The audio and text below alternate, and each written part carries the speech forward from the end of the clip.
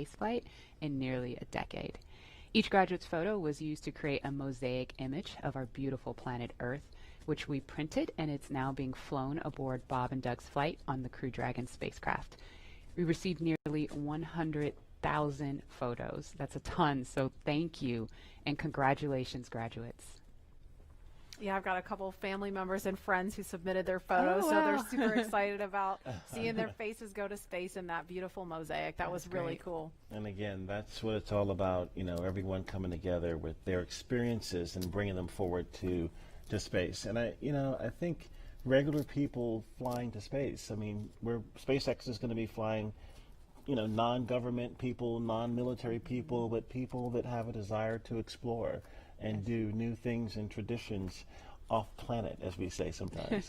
Yeah, I mean, all this time since we've had the International Space Station, it's been government astronauts performing the research because you're the only ones we've been able to send, right? But well, we've had some tourists, though. We've had people that paid their way on a Soyuz rocket. Sure. Go. But it's really the billionaire boys club. You know, that's what Pharrell talks about with, you know, it costs so much money to go to space, and I think that price point will come down as we make this more, you know, more amenable for everyday people. Absolutely. And eventually being able to fly artists and musicians and poets, people can tell the story of what they've seen out there in a way that really connects to the soul of people down on Earth, so they feel inspired to go. Exactly. Now, following today's mission, we will be one step closer to a future where we can all have that opportunity to gain the orbital perspective and explore new worlds. In just over an hour from now, Bob and Doug will be the first people to launch on an American vehicle in almost a decade.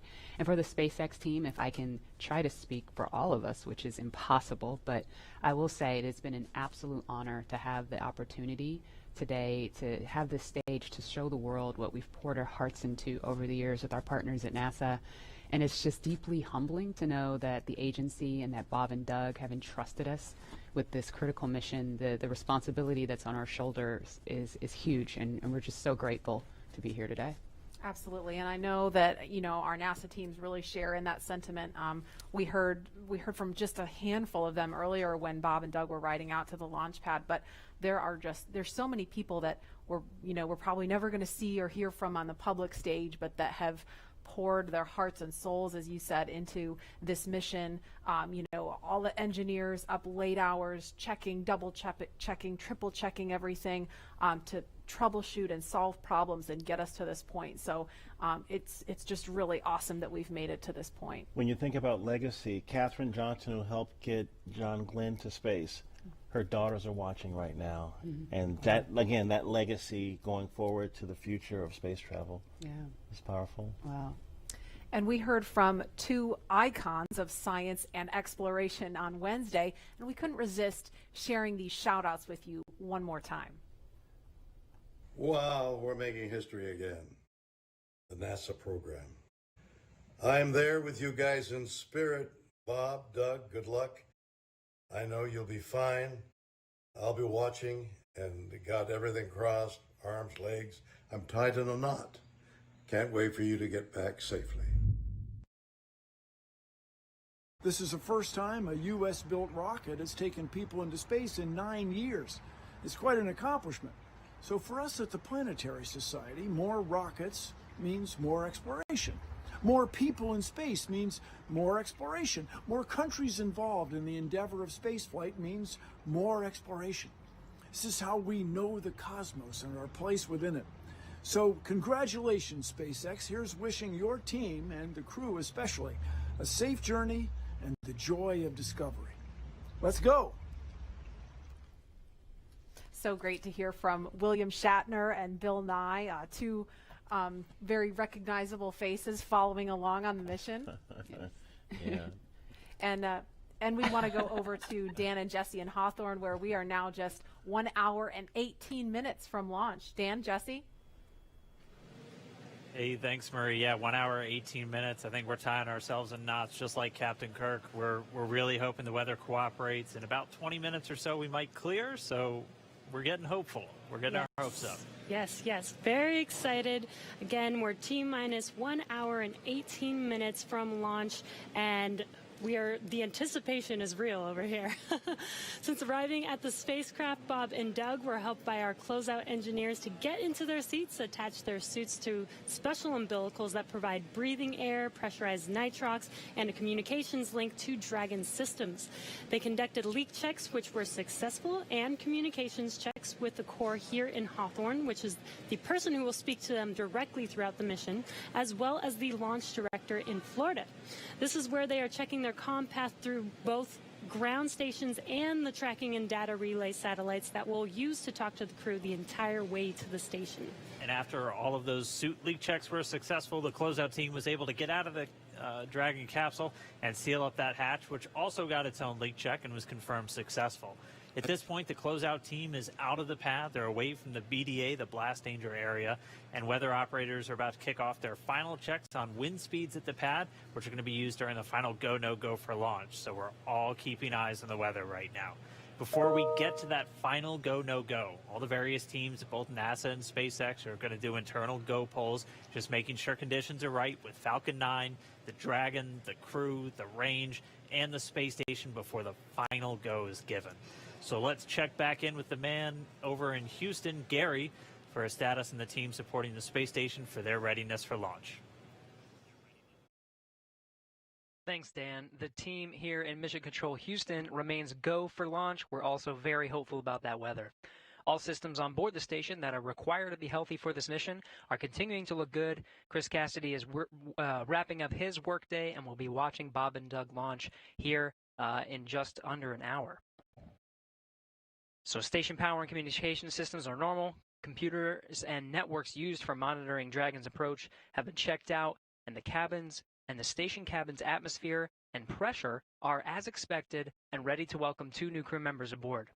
Mission Control will be closely monitoring Bob and Doug's flight and checking off milestones for most of the flight, and this very same team will be coming back tomorrow to be ready when Dragon gets in range of the International Space Station and we begin integrated operations and prepare for Dragon's docking.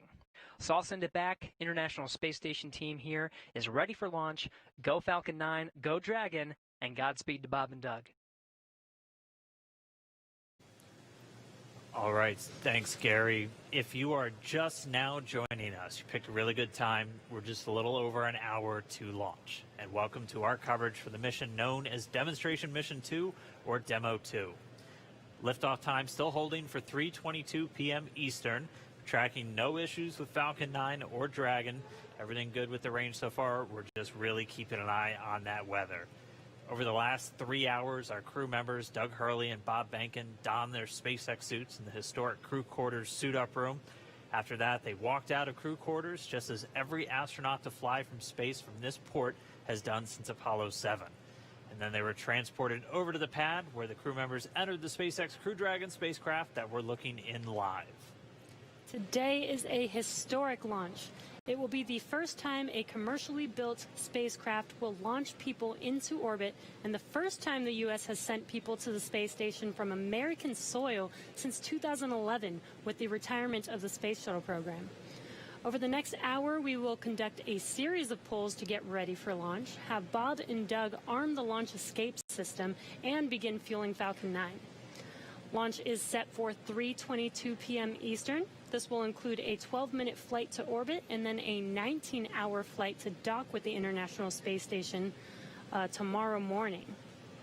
Today's mission is the culmination of years of work between teams at SpaceX and NASA.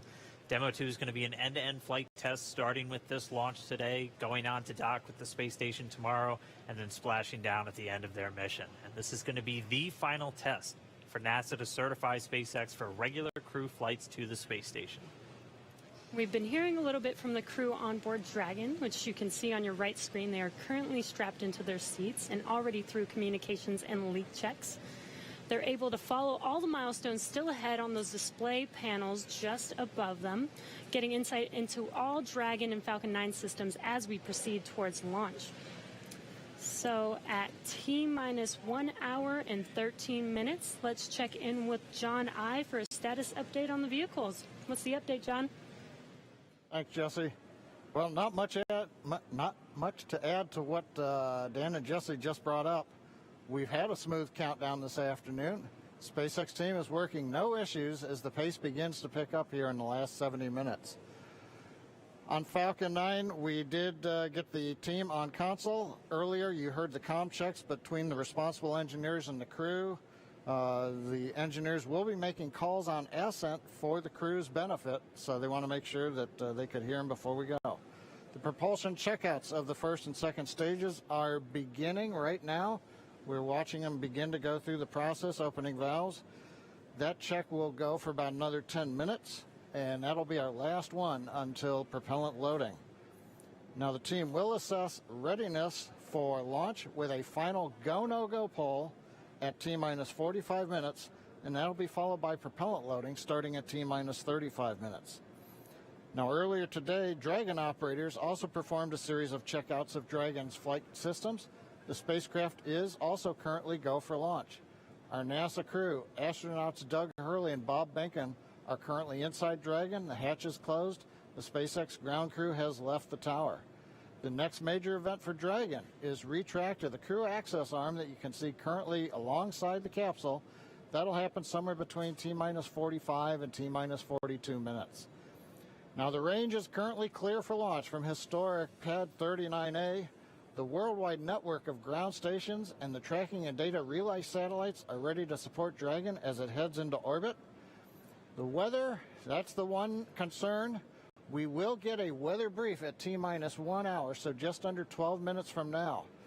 Currently, the ground and upper altitude winds are go, so that's one thing that we can check as green. At the current time, we did have some rain earlier that appears to have let up, but we are red on conditions for both the electric field at surface levels, lightning, and cumulus clouds. There is a expectation that a forecast that'll be coming up at about T-minus 1 hour also may give us clearance of those conditions. So everything is focusing now on the weather brief at T-minus 1 hours. Also, we should hope to hear about the final check on the ascent corridor. That's the weather along the Atlantic seaboard in case Dragon had to abort on the way to space. The conditions there have been marginal, but the expectation that it would be good for launch. But we will get all of that coming up here very shortly prior to entering propellant load. Now today we are aiming for a launch at 3:22:45 p.m. Eastern Daylight Saving Time, or 19 hours, 22 minutes, 45 seconds Universal Time. Once we begin loading propellant, there's no opportunity to change T0. So once propellant is loading, we're committed, and we'll get one chance at it today. But currently at T-minus 1 hour, 10 minutes, and 30 seconds, everything except the weather is go for launch. Thanks, John, for that detailed update. We've got an extensive history now of flying Falcon 9 from the Florida coast, and just last year completed a test run of the mission. We're less than an hour from beginning here today. The purpose of that mission was to demonstrate Dragon's capability to safely and reliably fly to and from the International Space Station. The success of Demo 1 was a really exciting moment, Falcon paved 9, the way Falcon for 1, today's please, mission to where we are today. And right now we're getting ready to fly U.S. astronauts from U.S. soil for the first time since 2011. Dragon and Falcon 9 together have years of operational experience, or what we refer to as flight heritage. As I mentioned earlier, SpaceX has successfully completed 21 flights of Dragon to and from orbit since 2010, including 20 trips to the International Space Station.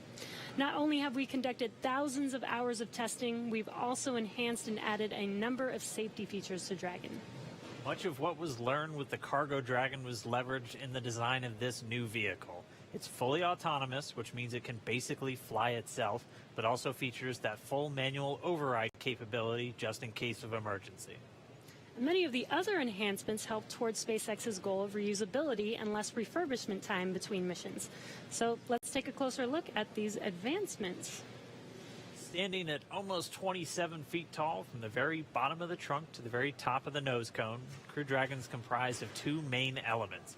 You have the capsule, which is designed to hold crew and pressurized cargo, and then you have the trunk, which holds unpressurized cargo as well as having a solar array and radiator. And the nose cone at the top of the capsule protects the docking system as well as the guidance navigation control system, or what we call GNC. The nose cone opens for docking and remains attached to the Crew Dragon spacecraft, and that's unlike the previous version of Dragon, and that helps towards our reusability efforts. Completely opposite the nose cone is that trunk. It has attachment points for Falcon 9, the Dragon capsule, and it can hold cargo. On the very outside of the trunk, one half of it contains a radiator that rejects heat from the active thermal control system into space. That's the white part, and that uses SpaceX's new picotiling technology. The other half contains the solar cells used to charge the spacecraft's batteries. And though we only have 2 astronauts on board today, the spacecraft is actually designed to accommodate up to 7 crew members with modular seats that can be removed and replaced by additional cargo. The seats are made of carbon fiber and are custom sized for any crew member flying on board. The control panel centered right between the pilot and the commander seats and has those 3 touchscreen displays that gives the crew insight into Dragon and even the ability to operate the vehicle and fly it manually. And finally, our Super Draco launch escape system is a key safety feature of Crew Dragon, giving the crew the ability to safely escape from the time of launch all the way to orbit. And as we look to the future beyond this test flight later this year, the first operational crewed mission for NASA will take place. NASA astronauts Mike Hopkins. Commander, review your launch commit criteria and indicate readiness at the appropriate time. Step 5469 for propellant load and launch. That's a good sign. That was the launch director. We're getting ready to pull the teams as we move towards that go, no go for propellant loading, which happens at about 45 minutes before launch. But back to our Crew 1 mission, NASA astronauts Mike Hopkins, Victor Glover, and Shannon Walker, and Suichi Noguchi of the Japan Aerospace Exploration Agency, or JAXA, were chosen to support this mission. Again, it's called Crew 1. But today, Doug Hurley is the spacecraft commander for this mission. He previously flew on 2 space shuttle missions as the pilot on STS-127 and STS-135, which was the final space shuttle flight. Here's a closer look at Doug Hurley. Excited? Very excited. Yeah, very excited. You feel ready? Still pumped? Oh yeah, I think we're ready. I think we're certainly ready. Joining the SpaceX Demo 2 test. He is a Marine Corps colonel and test pilot. He was selected as an astronaut in 2000. He piloted Space Shuttle Endeavour and Atlantis for STS-135, the final space shuttle mission. Introducing NASA astronaut Doug Hurley.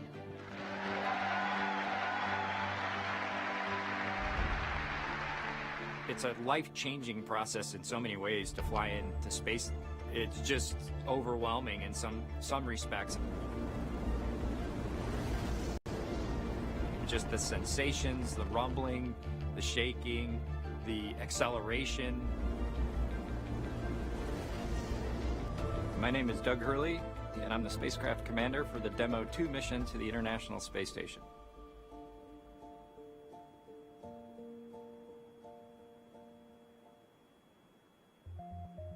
This will be the first time the Dragon had a crew on board, and so there's a myriad of objectives we want to achieve for this mission.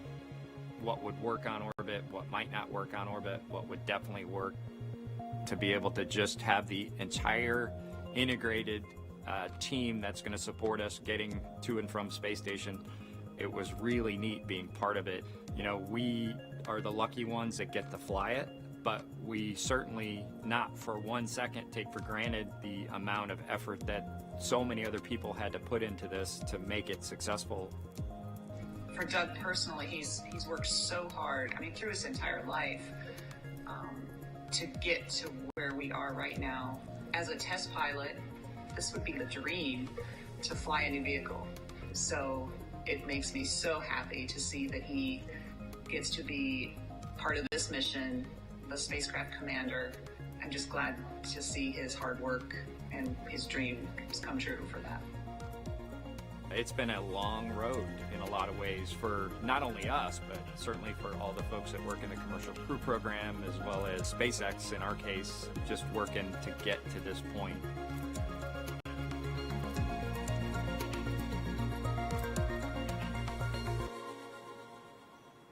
We're We're a little over 1 hour, 3.5 minutes away from launch. Now let's learn a little bit more about the man sitting next to Doug Hurley inside Dragon, NASA astronaut Bob Behnken.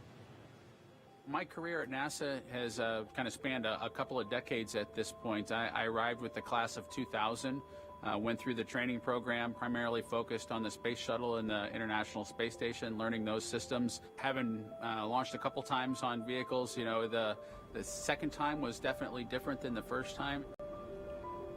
You can feel a little bit guilty of, hey, should I study one more thing, or is there one more piece of information I should get? Am I really prepared or not?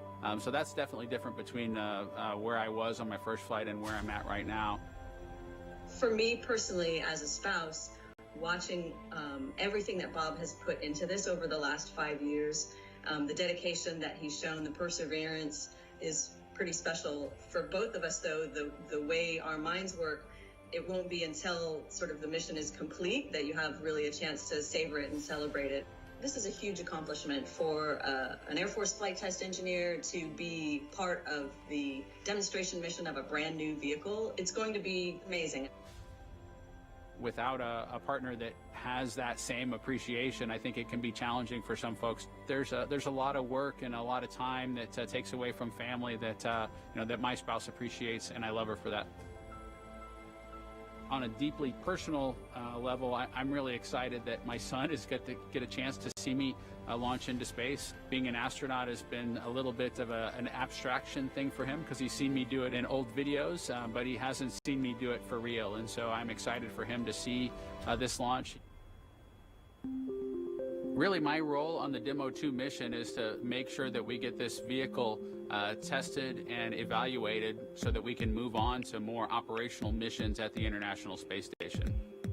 We've got a lot of objectives on board the vehicle that we need to accomplish to really make sure that it's good to go. We'll make sure all those systems are working during the test flight so that the future missions will have them available even if they don't plan to utilize them. Through years of the NASA team, I'm helping to share that experience and teaching them the lessons that we've learned by going through this. Now there's another capability in the U.S. besides NASA to operate something of this magnitude. I want to thank the entire Commercial Crew Program team that's worked together to get to this point where we've got vehicles in the launch pad ready to head to the International Space Station.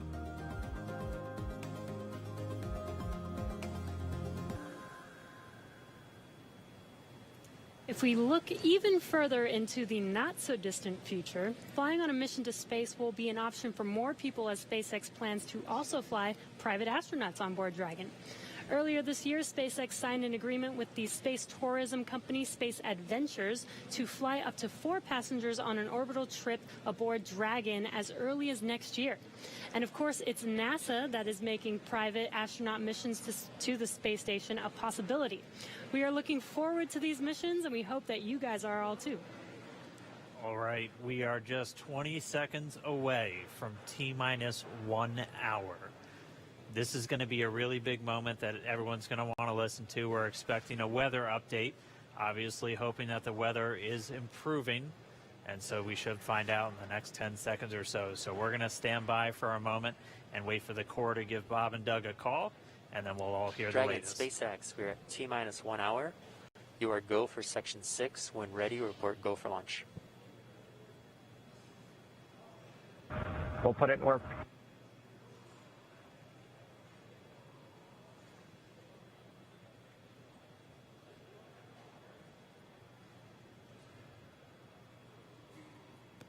And that right there was a call for the crew to refer to some of their procedures. They do some final checks. You can see them checking harnesses, checking helmets, just making sure that they're strapped in and ready to go. And once they're done with that, the crew will report their readiness for launch.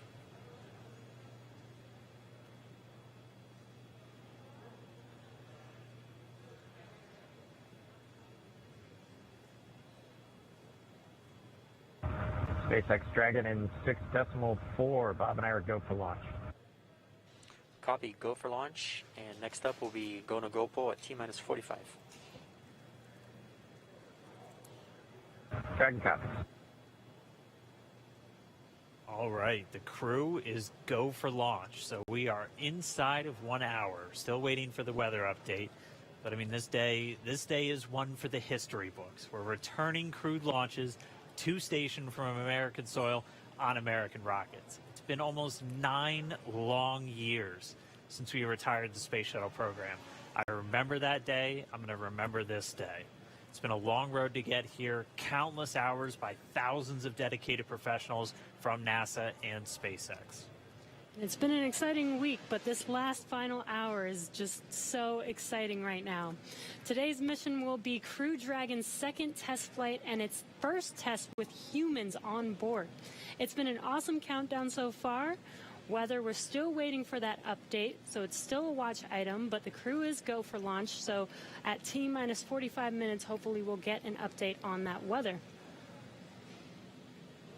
We've had a really clean countdown so far. It started with suit up just over 3 hours ago. The SpaceX team helping Bob and Doug put on their suits, conducting initial checkouts, including an initial pressure and leak check before they got to the actual walkout. And all of that done in that operations and checkout facility.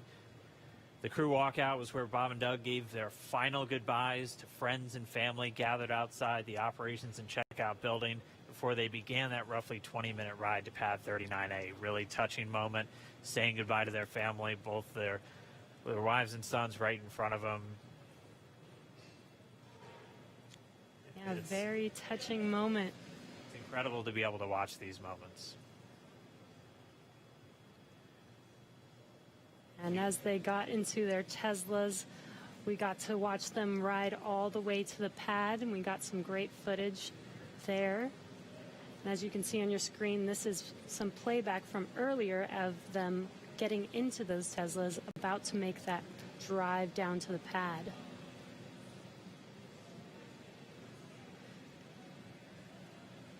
And once they got to the pad, they did take a minute to take in the sights, and they headed up the fixed service structure to begin the process called crew ingress, where Bob and Doug entered. And there you can see on your screen as they're coming through the crew access arm, entering the white room right before they are able to ingress into the vehicle there. Again, this was from earlier. Yeah, this all from earlier. And as we said, that white room, the last place on planet Earth they're standing before they climb into Dragon for the ride uphill. SpaceX carrying over a tradition that NASA had where that was traditionally the room from Gemini, Apollo, and the space shuttle, that last place.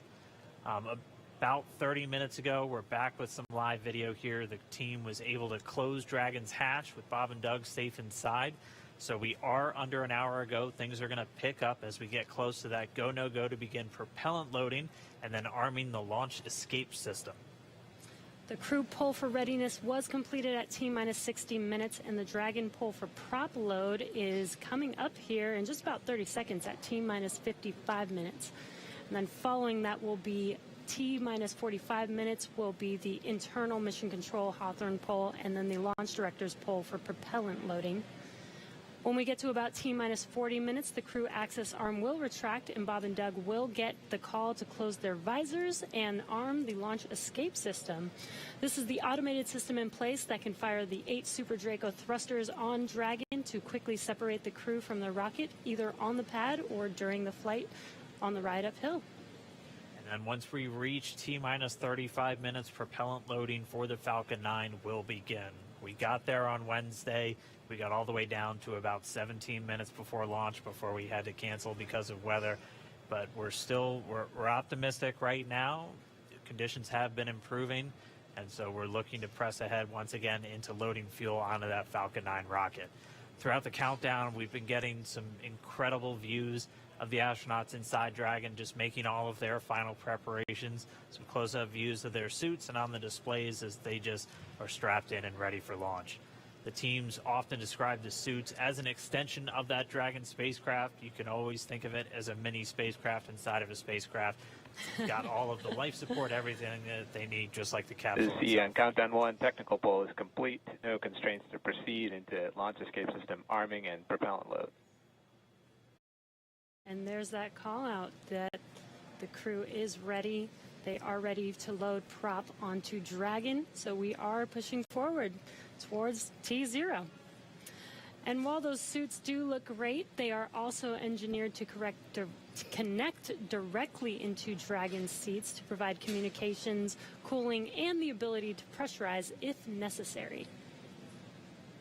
All right, well, we did get the call out that the technical teams on the ground are ready for launch escape arming and propellant loading. Again, things starting to pick up, things really starting to feel real.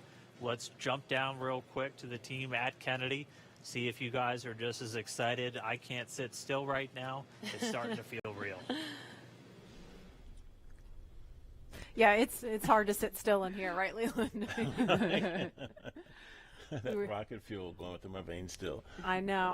It's so awesome when we see them sitting there in their suits. We're less than an hour away now. So far, things look like we might make it. We might make it.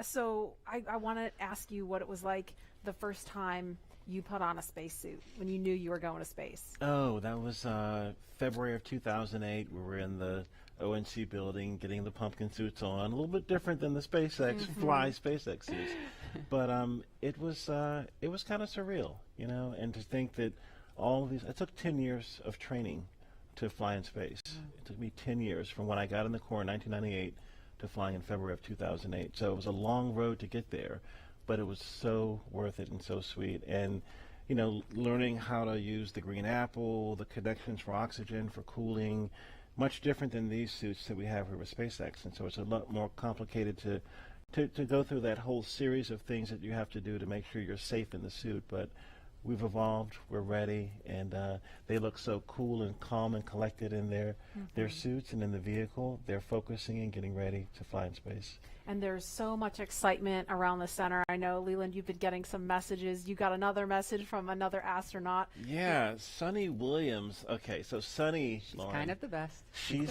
Sunny is awesome. She's a commercial crew also. She was one of the original cadre. She was one of the original 4 who trained with Bob and Doug from the beginning of the commercial crew program. And she's one of my classmates. Look at her there. What is she wearing? There she is. Hey, the Sunny. meatball. I forgive you, Sunny. No, she had the worm one on Wednesday, so she wore the meatball today. So she's the best. But now she can wear the worm ball. I guess. Yes. The worm ball. Yeah, she can mix it up. But yeah, Sunny's awesome. She's training to fly on the Boeing Starliner in the not too distant future. So really glad she's watching and showing some love. So thanks a lot, Sunny, for sending that note. And again, we're looking at a live view of the Crew Dragon on top of a Falcon 9 rocket. You can see the crew access arm to the right of your screen. That's the hallway that Bob and Doug walked down to get into the White Room, which was the last place we saw them standing up before they climbed inside Dragon. And again, the wider shot there of Launch Complex 39A, where we are inside of an hour from liftoff, and I think we're just a couple minutes away from the pull we're going to hear before they start propellant load. Again, a 2-stage rocket there. And gosh, you guys, the weather looks not that bad. I mean, obviously that is not an official forecast, but it doesn't look quite as bad as it did Wednesday. We've got a little bit better odds. So there's the countdown clock. We're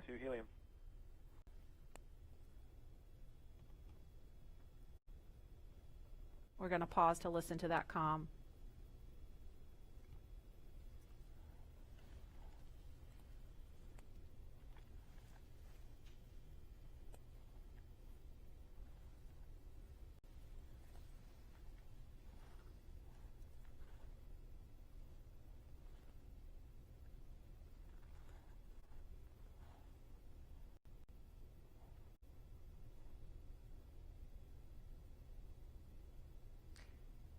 If you're just joining us, we're less than 50 minutes from the scheduled liftoff of the Falcon 9 rocket carrying Crew Dragon.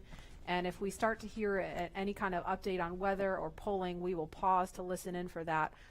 But if things go as scheduled, we should be hearing the launch director verify go for propellant load at about T-minus 45 minutes. So we're going to send it over to Hawthorne to carry the ball. John Insprucker or Jesse, are you there? This weather is go at this time. Dragon copy. Go weather.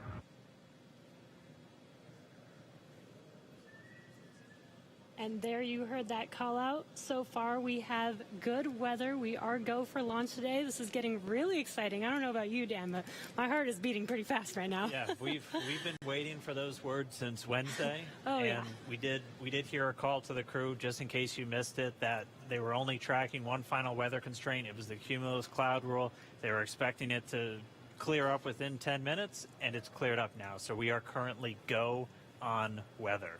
Yes, and it's been pretty incredible to be so close to launch, and the road leading up to this point has been pretty incredible as well.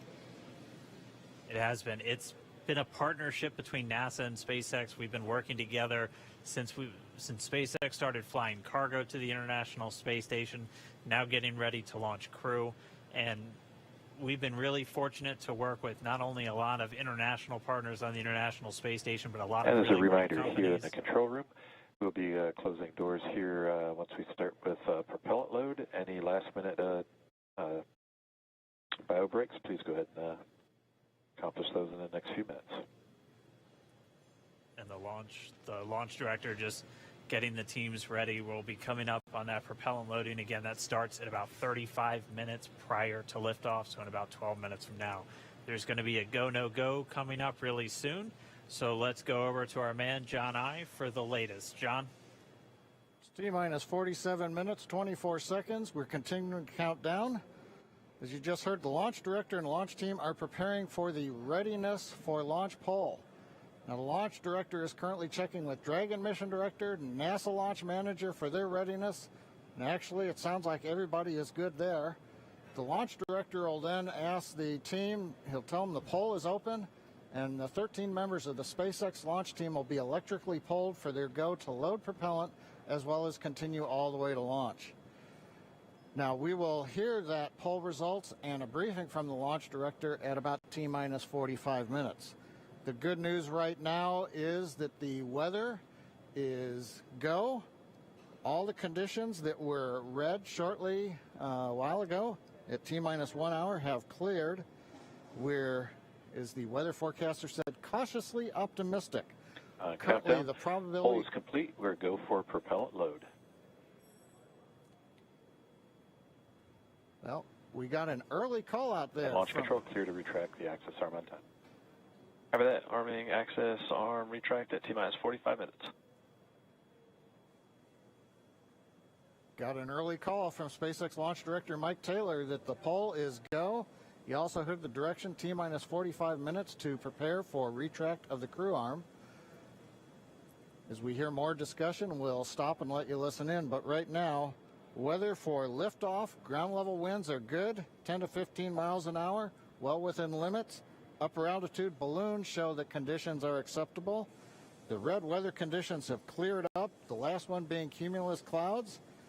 And the probability of violation is set at 30% right now, so that's 70% chance of good weather. We're continuing to watch. There is about a less than 10% chance of lightning. We're also watching the abort corridor off of the Atlantic coast. In case, for example, at stage separation, Dragon had to abort into the ocean. The conditions there are acceptable. There has not been lightning lately. The weather, winds are good, light rain. It is go, but NASA is going to continue to watch those conditions. T-minus 45 minutes and counting. Reminder on hold and launch escape protocol. For non-urgent no-go conditions, brief the CE or LD, and they will approve aborting launch auto sequence and proceed to launch abort. For urgent issues affecting the safety of the operation, operators shall call hold on the countdown net. Launch control will immediately abort the launch auto sequence and proceed to the launch abort auto sequence. Operators shall also advise launch director whether structural break or fire is imminent or occurring per Dragon manual escape flight rules. A reminder on fire alarm instructions. In the event of a fire alarm, key operators previously briefed will remain at their post while the alarm is evaluated. In the event that personal safety is threatened, evacuate to the south-facing emergency exit, which leads directly outside. At this time, weather is go for launch. You can see on the screen, we're inside T-minus 40, we're T-minus 44 minutes, 5 seconds. Crew access arm retracting away. SpaceX launch director has given the final brief to the crew. and we will be beginning propellant loading at T-minus 35 minutes. So right now on Falcon 9, we're ready to get into propellant loading. Dragon, crew, getting configured, set up. The arm is pulling away. The range is go for launch. They continue to monitor the air and the sea space. Everything looks good. And we finally have gotten green across the board on the weather conditions, but we can't take a deep breath quite yet. We're going to have to watch the weather all the way down to T0, both here at Kennedy Space Center and out in the Atlantic in the abort zones. Now, earlier we saw many of you following the launch from the United States on our hotspot map. Now that we're inside an hour, we're seeing large numbers of folks logging on, tuning in from coast to coast and around the world. So we'd like to know, is this your first time watching a launch live, not counting Wednesday? And if not, how many have you seen before? Tell us using the hashtag LaunchAmerica from your favorite social media platform. And with that, at T-minus 42 minutes, 50 seconds, conditions are go, and we are counting down for an on-time launch. Let's send it back over to Kennedy Space Center as the action begins to pick up on the pad. Dragon, SpaceX, you are go for Section 7, close visors and arm launch escape system. We will put Section 7 in work, visors come in close.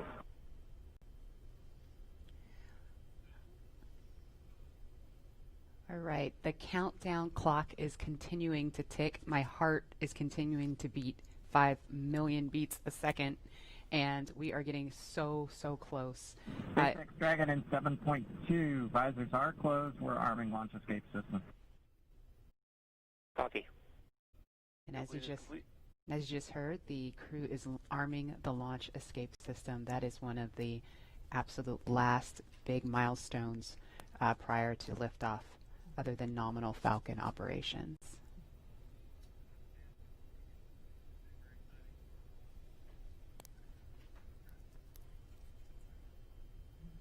So just a minute ago, we saw the crew access arm retract, and obviously we just heard on the comms Bob and Doug getting ready to arm the launch escape system, and so that is something that protects them all the way to orbit. So when fueling starts at about T-minus 35 minutes, so just over 6 minutes from now, they will have the capability to abort, to separate from Falcon 9 either on the pad or even after liftoff. That's a critical safety capability. And we are going to go over to Hawthorne now to take us through these next minutes. Jesse? Section, switch in to nitrogen. And we did hear that call out that they are arming the launch escape system, so very exciting. SpaceX has designed Crew Dragon and Falcon 9 to be the safest launch system ever flown. So we brought back Nick Picone, SpaceX's Nick Picone, to talk more about this again. Thanks for coming back and joining us today, Nick. Hey, Jesse. Happy to be here. Still monitoring the launch here with our recovery and ground operations teams. Awesome. And Nick was our mission manager for our in-flight abort test earlier this year and now works on the Starlink team. Nick, on Wednesday, you talked about the launch escape system. Could you just give us a brief summary today for those that are joining today? Sure. So the launch escape system, again, is our ultimate safety feature to keep Bob and Doug safe in the event of a major Falcon anomaly on the pad. The system is designed to automatically fire if either vehicle detects a dangerous condition developing. And if that happens, Dragon will use its 8 Super Draco engines to push the capsule off and away to a safe distance away from this Falcon. This capability is absolutely critical. It's what keeps the crew safe, and we're now active and armed on the pad with it protecting the crew. And as you mentioned, the launch escape system allows the Dragon to separate and get away from the vehicle. I believe it goes into the ocean. What happens after it lands safely in the ocean? Correct. So for most of our failure modes, the successful end state is Dragon deploying parachutes, splashing down safely in the ocean. But since a launch escape can happen while the vehicle's on the pad or anywhere in flight up through orbit, it could be splashing down right off the coast of Cape Canaveral. It could be splashing down thousands of miles away in the North Atlantic.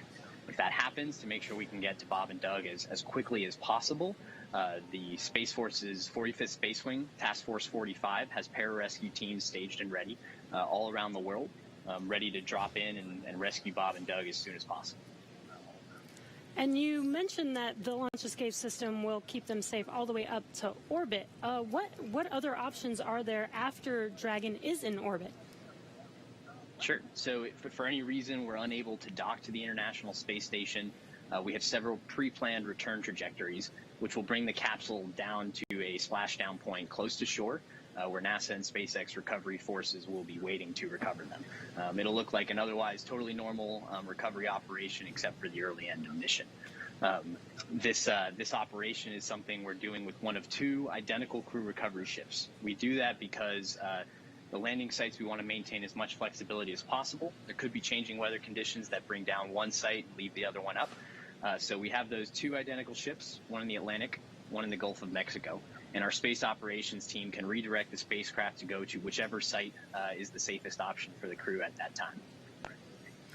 And with the vehicle, in almost any scenario, it sounds like the vehicle will land into the ocean. And it may look like a gentle landing into the ocean, but it's a pretty dynamic event happening.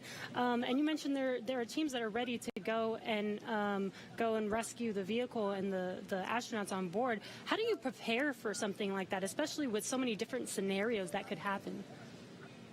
Sure. So we're lucky to have had about a decade of recovery experience with Cargo Dragon 1 in our previous trips to the International Space Station. That, along with our booster recovery missions, we've got a great team of recovery operators here who have a lot of offshore experience with our spacecraft.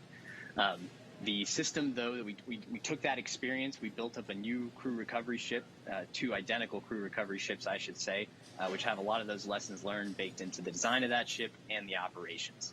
These new ships have complete medical facilities, an operational helipad, and redundant communications, power, and propulsion to make sure they're robust and ready for anything we encounter offshore. We've also done tons of training exercises with SpaceX team, the NASA team, and the rescue forces I mentioned earlier, practicing capsule recovery, emergency scenarios where we have to get the crew out of the capsule while they're still in the water, as well as those helicopter evacuations, taking off and landing from the pad many times so that we make sure the team is ready to do that. They're all staged and ready. They feel ready to support, and will be ready to call on us if anything goes wrong today. Awesome. It sounds like Bob and Doug are in some really good hands and will be safe no matter what occurs on the vehicle. So thank you, Nick, for joining us again, for walking us through all of those details. I hope you're just as excited as we are for a launch coming up here very, very shortly now. So we're going to send it over to KSC to Lauren. Thank you, Jesse. So as you just heard, fueling is about to begin at T-minus 35 minutes. We are about 50 seconds away from that. And so we're getting really, really close to the first launch of astronauts into orbit from American soil since 2011. The launch escape system is armed, which, as you know, happens before fueling. And Dragon propellant load, that's the propellants that are inside of the Dragon capsule, not the rocket. Prop load for Dragon took place weeks ago and just a few miles down the road in what we call Dragonland. And those propellants, they are MMH, or monomethyl hydrazine, which is the fuel that we use. It's hypergolic fuel. And NTO, or nitrogen tetraoxide, that's the oxidizer. Those two come together and they ignite in space to propel the vehicle. You don't need that TTEB or a third thing to ignite because hypergolic propellants don't require it. You just need the fuel and the oxidizer. And as you just heard, propellant load has started on Falcon 9, and that's awesome. All right, so that bipropellant system feeds all of the engines on Dragon. So Dragon has 12 service section engines in each, so there's 3 in each quad, 3, 3, 3, and 3. Those are used for on-orbit maneuvering for Dragon. There's also 4 additional Dracos that are underneath the nose cone for large Delta V maneuvers that the vehicle will perform. But the engines that Nick Picone was talking about earlier are Super Draco engines. We have 2 in each quad of the vehicle, so 8 total. And those are bigger engines with a high flow propellant system, and those are what lift Dragon off of Falcon 9 in the unlikely event of emergency that requires us to get off of Dragon, off of Falcon. Now, you probably remember, let's see, Mercury, Apollo, Soyuz, they have that big pointy tower on top. That's the launch escape system for those vehicles. It's actually just another rocket on top of the spaceship that lifts the vehicle off. In the case of Dragon, our escape system is integrated into the vehicle completely. And so that's just better from one less thing you have to jettison every single flight. But it also allows us to have escape capability from the pad before T0 all the way through to orbit. And so even if the very last minute, if we needed to get off of stage 2 while we're in space, we could actually escape to orbit. So yeah, that's the escape system for little baby Dragon here. Thanks, Lauren, and thanks for walking us through that, because I think it's really important that people understand that critical safety capability, and that's the whole point. When we hear that launch escape system is armed, what that means is that in an instant they can separate from Falcon 9, shoot up into the air, and they can splash down safely in the Atlantic Ocean under Dragon's parachutes. And it was designed to do that. So now that fueling is underway, it's been going on for about 2 minutes now. So they have that safety capability ready to go on standby in an instant if they need it. And so we want to go over to Hawthorne now for an operational update from John Insprucker. John? Fuel and stage 2 fuel, all flow rates tracking nominally.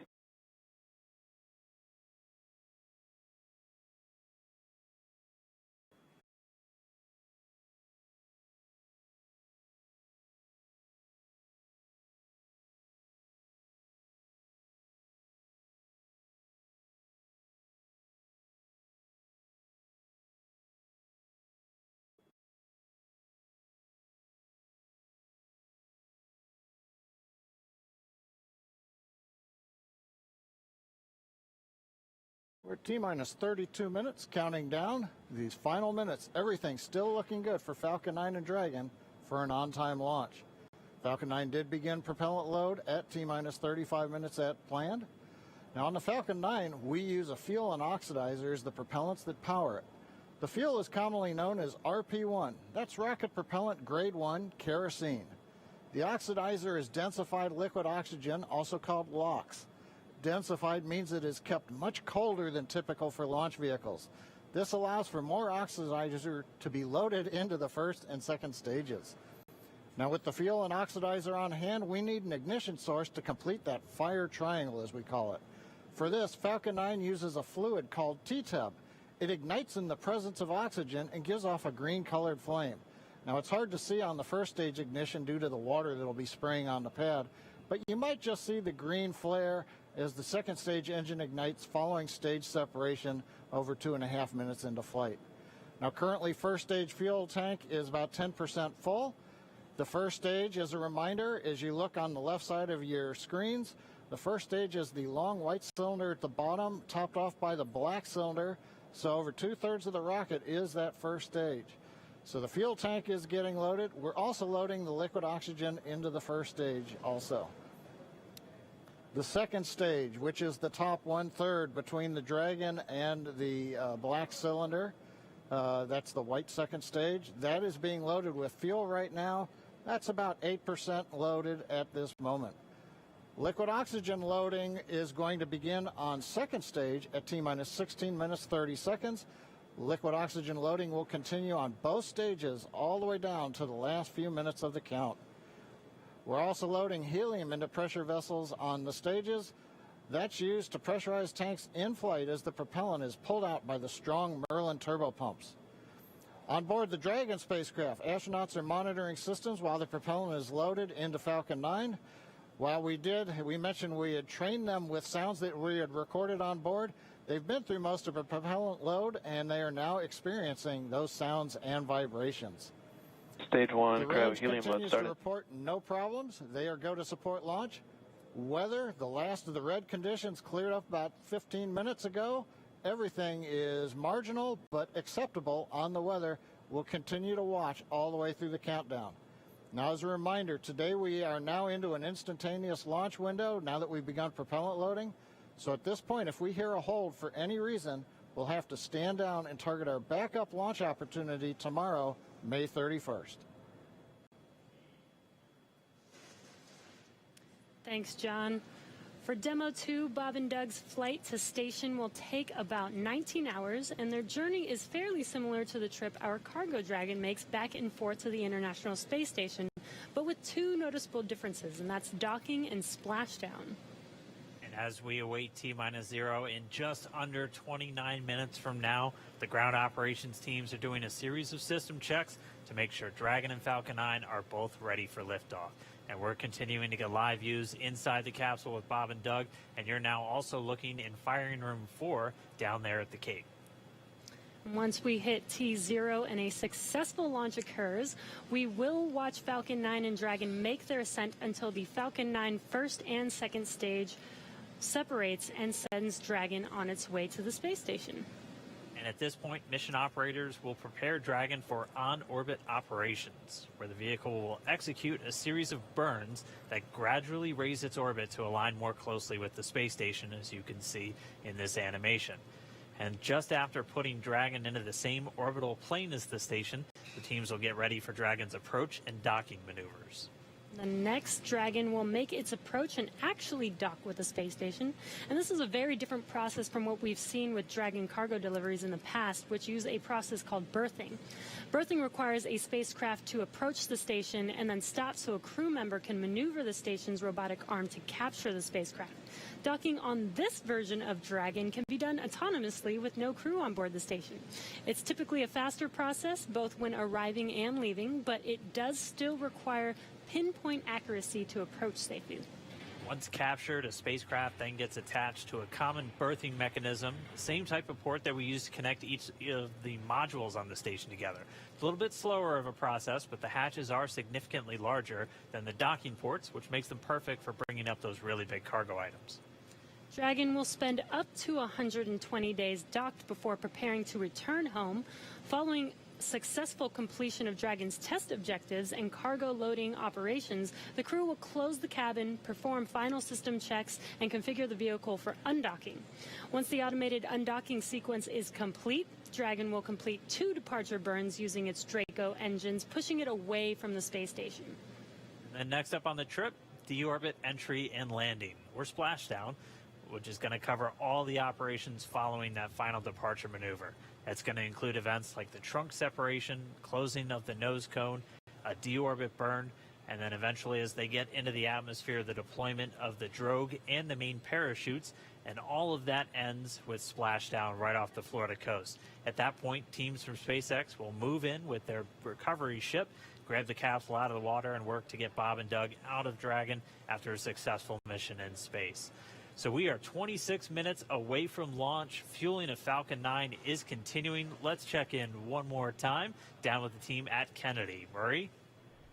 All right, thanks, Dan. We are so pumped right now because things have cleared up and it looks like we might actually do this today. If you're just joining us, we are now 25 minutes, 46 seconds and counting from the first launch of astronauts to the International Space Station from U.S. soil in 9 years. This will mark the beginning of a new era where more people will be able to fly to space than ever before.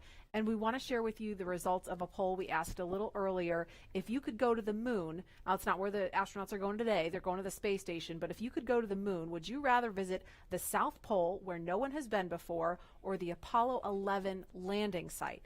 And it was a pretty even split. We had 46% of you say you would go to the moon's south pole, and 54% of you would go to the Apollo 11 landing site. I kind of side with the Apollo 11 landing site because I'm a history buff and I want to see where Neil Armstrong and Buzz Aldrin set foot. So I don't know. What do you guys think? Lauren, which place would you go? I'm with you on that one, and I would love to go see that flag there and those footsteps, those footprints there. Still be there, right? There's no wind up there. Still be there. Leland, how about you? I think I'm with both of you because it's just like, the meatball, the classic. Yeah. Going to the classic spot, and that's where all of it started. That's where all that inspiration came, even though I was an antenna engineer not seeing it. But besides that, that's history. And hopefully maybe it wouldn't have to be one or the other. That's true. Exactly. Yeah. I mean, yeah, we're going to learn more from going where we've never been before. Exactly. And so we need to go to the South Pole too. And we are thrilled to see all of you following along online. Thank you for answering our poll. And we're going to go over to Tahira, who's been monitoring all the action with less than 25 minutes to go. Tahira, I'm sure things are heating up online. Hey, Marie, I mean, you're completely right. Now that we have that go for launch, people are on the edge of their seat right now, waiting on this historic moment to take flight. As you can see, photos are still coming in of just everyone around the country showing their excitement for this launch. And it's really been a touching thing to see how everyone's kept this excitement going from Wednesday's first attempt. So we just took a look at numbers, and we are now over 3 million people tuning in for this historic launch. And so for me personally, I just want to wish Bob and Doug the best of luck. This will be my own first from the United States, and it's just going to be a super emotional moment. For that, Marie, back to you at Kennedy for these last minutes before launch. All right, thanks, Tahira. And Leland, we got 23 minutes and some change to go. What do you think Bob and Doug are feeling right now? I think, they're very calm, cool, and collected as test pilots, but I think they're thinking about what are the steps that I have to take if a malfunction or something happens. So the nominal stuff is all kind of automated, but if something happens where they have to intervene with those touch screens, that's what they're thinking. Mm-hmm. And we're just inside 23 minutes now. So on Wednesday, we were 5 minutes further in the countdown when we heard that call to scrub, and the weather was still very touch and go at this point on Wednesday. But today, it, at least for right now, I don't want to jinx it. I'm afraid to even say it out loud, but it looks better today. Yeah, and it feels like I'm feeling it a lot more than I did on Wednesday. Right. And, speaking of Bob and Doug and them being really calm and cool and collected, having had the opportunity to be in meetings with them and to watch them train, I have to say, and to all of my friends who work with them every single day, the feedback is always just what great people they are. Right. Mm-hmm. And just how not just bright and sharp they are, but just good people. Right. And around the office, we often refer to them as the dads. Yeah. The dads? They're the dads. They're dads. They are dads. Okay. And we've met their families. And when you see people on that very personal level, it starts to mean so much. They are a part of our team. They're not a customer. They're our team. They're not a payload. They're our team. They're our family. And so we're just so excited to see the dads up there today. Yeah. Go dads. Yeah. All right, we're going to go send it over to Gary for an update from Houston. Gary? Hey, Marie, the space station team here is focused. All eyes are on the system checks that are happening across the board, and we're listening in as we close in on launch. And I can tell you that things are looking very good. Chris Cassidy will be watching from the International Space Station, right now flying over the Pacific Ocean. It's heading to cross right over the launch pad. We might even get some good views from the station. Hope to be capturing those. We'll have the launch view and the big screen up front, and everyone's excited to see our 2 crew members on their way to the International Space Station. But before we get to it, I just want to pass on good luck from the entire flight operations community here in Houston. It's always exciting to be doing something wholly new and history-making with station operations, and we can't wait to see our team members Bob and Doug in low Earth orbit and heading to the International Space Station. That's it from us here in Mission Control Houston. I'll send it back over to the team in Hawthorne for the latest happening there. John. T-minus 20 minutes, 30 seconds. We're continuing the countdown. Everything is still looking good for launch of Falcon 9 and Dragon. 22 minutes, 45 seconds after the hour. Stage right 2 now on the RP1 right-hand mode is complete. side, you can see a large white cloud coming off of the strongback. That is normal. As we get ready to load the second stage with liquid oxygen, we have to chill in the plumbing lines going up that strongback. And so as we relieve pressure, the moist, humid Florida air condenses around it, and that gives you the cloud. So that tells us that things are actually on schedule. We did begin propellant load at T-minus 35 minutes. Fuel loading on the second stage, I believe we just heard the call out that it is complete. First stage fuel load is continuing, and right now that's a little more than, that's about 60% of the way full. So things are looking good. Second stage is getting ready to begin the liquid oxygen loading. After they finish chilling in the lines that you see on the monitor, they'll begin the load at T-minus 16 minutes and 30 seconds. The range right now is go, ready to support. Weather continues to be go. As we inch our way closer, we're keeping our fingers crossed. We're waiting to hear if anybody calls out an issue, but for the moment, as you can see on the screen, it looks good. Now, on the Dragon side, the Dragon mission director and the team there are reporting no issues. They've done their communications checkouts. The crew access arm, as you can see, is retracted away from the spacecraft. The crew is strapped in and they are ready to go. Now, final instructions will be going to the crew at T-minus 10 minutes. The crew displays will be configured for launch, and that setup will give astronauts Bob Behnken and Doug Hurley insight into how the launch is proceeding and provides constant updates on vehicle health. We've already heard the crew give their go, close their visors, and get ready for launch. For Dragon, it'll enter terminal count at T-minus 5 minutes. When it transitions to internal power, we'll hear continued callouts on the countdown net as we get close to zero and to liftoff. But right now, at T-minus 18 minutes, 15 seconds, everything continues to be go for an on-time launch. So, Dan, Jesse, things are looking pretty good. How are they doing over at your stand? Things are great from about 15 feet away from you, John. And honestly, things are looking pretty great down at the pad there. We're seeing a lot more blue in the sky. Green is the color we want when we're talking about weather, and that's where we're sitting right now. So we're continuing to count down. We are under 18 minutes away from liftoff. Again, it's an instantaneous liftoff it's going to be 12:22 and 45 seconds here on the West Coast, 3:22 and 45 seconds over on the East Coast there in Florida. Just a reminder, it's going to be about a 9-minute ride up to orbit for the Falcon 9 and Bob and Doug on board Dragon. It'll be a 2-stage flight. So we'll see the first stage fly until we hear MECO, or main engine cutoff, about 2.5 minutes into flight. After that, the second stage will take over and continue to power them the rest of the way.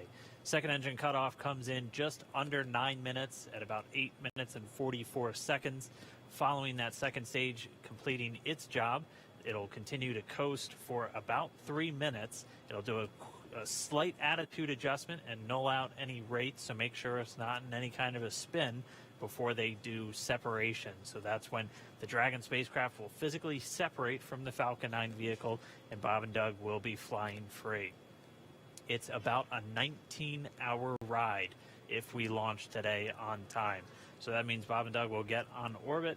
They'll have a number of burns, or those firings of those Draco thrusters that they'll do over Stage 2 LOX load started. We hear the LOX, the liquid oxygen load, has now started on stage 2. But again, they're going to be doing a series of burns on the way uphill towards the International Space Station 5, spread out over the first 16 hours or so of their flight until they get much closer and it's time for that approach and docking. And we are expecting that with an on-time launch to happen today. That'll be coming tomorrow in the afternoon. All right, now that we're under 16 minutes away, we have a special guest joining us. I'm going to toss it over to Jesse. We are T-minus 15 minutes and 45 seconds from liftoff of our second demonstration mission today, and we have the honor of having SpaceX's President and COO, Gwen Shotwell, join us. Thanks, Gwen, for coming out and taking a few minutes to chat with us. Thanks, Jesse. We know you've been on console. How's the countdown been going so far in there? Countdown is clean today, just like it was Wednesday. We did clear the weather hurdles sooner than we did on Wednesday. And the only thing we're watching right now is downrange weather and lightning at the staging location.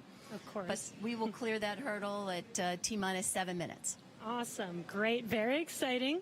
Now I'm going to throw it back to 2012 because you were on console for Dragon when it was first making its way to the space station. How does that experience compare to today? Stage 2 LOX is on the DPUs So and I was nervous then. I stopped getting nervous for launches. Today I'm nervous again. Super nervous. Stomach and throat. Understandable. No, it's a fantastic day today. I'm really excited. The team is pulled together. It's such a professional operation. And when I say team, by the way, I mean SpaceX and NASA. These folks have been working incredibly hard and have done a fantastic job.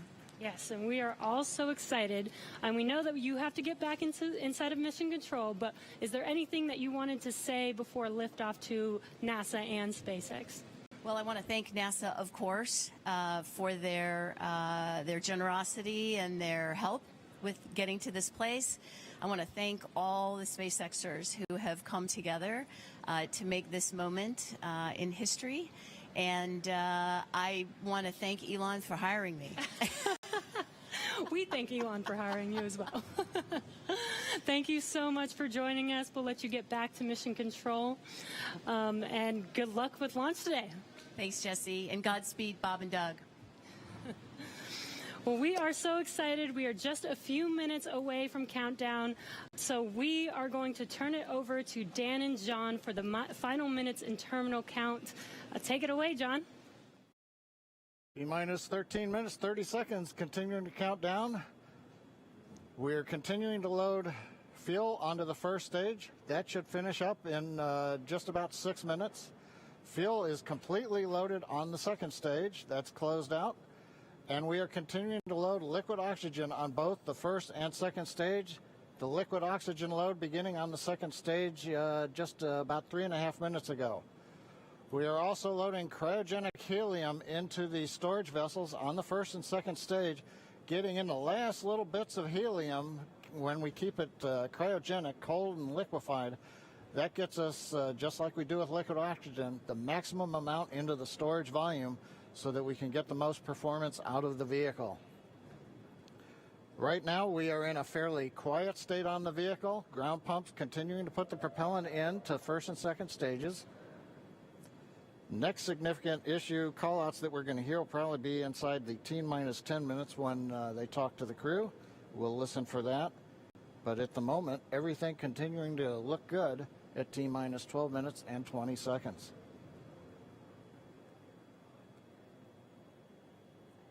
We're getting real close now, John. It's only a little over 12 minutes away. Just a reminder for everybody, it's about a 9-minute ride uphill.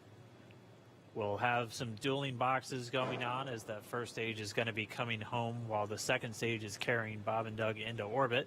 But obviously, we'll be keeping an eye on our astronauts the whole way uphill. Some of the calls that you'll be hearing, as there will be what we call performance calls over the Dragon to ground the entire way uphill. And you'll just hear some of the SpaceX engineers calling out trajectories and booster performance. So we're always looking for that word nominal. I know that's one of John's favorite words. That's one of mine too. We want to hear nominal as much as possible up on the way uphill. You might also hear some number and letter combinations, and those correspond to the different abort zones that Bob and Doug are in during their flight uphill. There's 1A and 1B, which signify that they're on the first stage. Those carry them from there in the Cape all the way up to about the very top of North Carolina. And then we'll have 2A through 2E or 2 Echo, and that will be on the second stage, and that goes from North Carolina all the way up to about the tip of Newfoundland, so in the northern Atlantic. And then there is a zone of the northern Atlantic that we're going to avoid, and so you should hear the call out be something similar to forward to Shannon, and that just refers to Shannon, Ireland, which they'll be going off the coast of Ireland at the later stages of the second stage if they have to abort. So just prepping you now for some of those calls. You're hopefully going to hear that word nominal a whole lot on the way uphill. 10.5 minutes. Things are pretty quiet. As John I said, it'll pick up right at about 10 minutes. We'll wait for the crew just to confirm that their displays are in order. The crew is already strapped in and reported that they are go for launch. And we'll continue to watch the fuel gauges tick up on the Falcon 9 vehicle until fueling cuts off at just about 2 minutes prior to launch. Dragon and SpaceX confirmed displays are configured for launch. SpaceX Dragon displays are configured for launch. Copy. Bob, Doug, on behalf of the entire SpaceX team, it's been a huge honor to help you get ready for today's historic mission. Know that we're with you. Have an amazing flight and enjoy those views of our beautiful planet.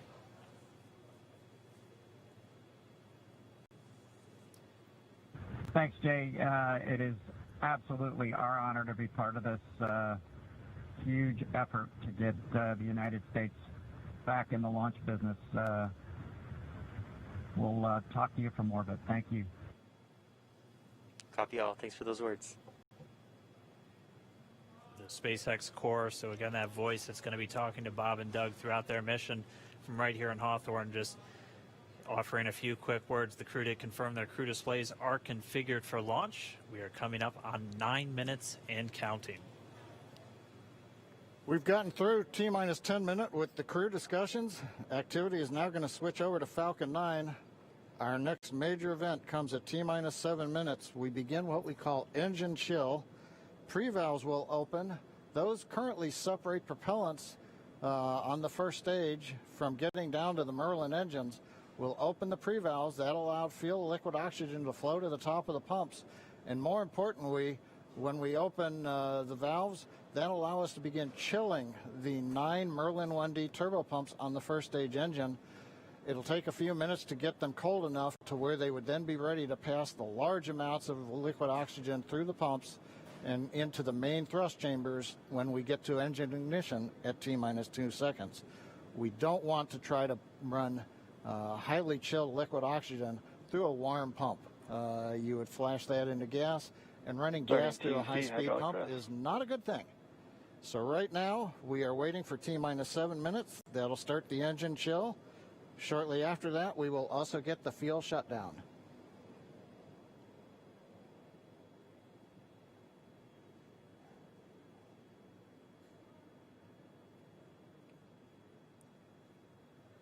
Listening to the SpaceX launch director in the background there. As I mentioned, at T-minus 7 minutes as we start the chill, we will also get into the final topping off of stage 1 fuel, and then the fuel load will complete.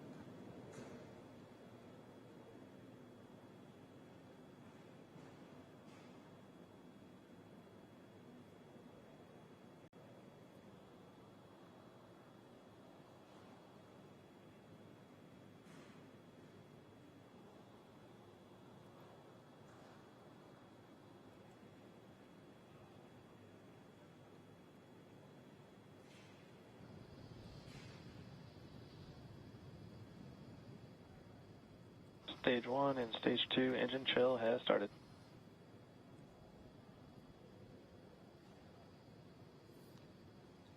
We've heard the call out. Stage 1 engine chill has started. That's gone up to the crew so that they've got situational awareness. As I mentioned, the pre-valves are open. And now we are topping off first stage fuel, getting ready to finish the fuel load. Liquid oxygen load on first and second stage will continue until the last 3 to 2 minutes of the countdown. We should hear that call out RP1 load complete coming up in about 6 minutes. Again, RP1 is just that densified kerosene or that rocket fuel that Falcon 9 is going to be used to power Bob and Doug to orbit today.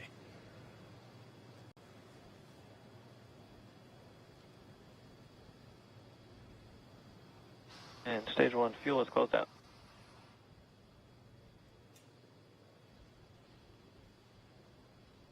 Right on time. That call out indicates that the fuel loading on the first stage is complete. Draining back the lines now, so first stage and second stage fuel are complete. Liquid oxygen loading is continuing on both stages. You can see on the view on the left side of the monitor the condensation, the cold gas wrapped around the stages as the tank skins are chilled by the densified liquid oxygen picking up the humidity from the Florida air. It looks like at this moment we're a little more than 90% full on the oxidizer on the first stage, ticking up towards that 80% mark on the second stage. We'll be counting down all the way till about 2 or 3 minutes, as John and I just said, until everything is loaded Falcon in 9 Falcon heaters 9. closing out. And then we will be go for launch. Dragon has transitioned to configure for terminal count. Vehicle tanks pressing for strong back retract.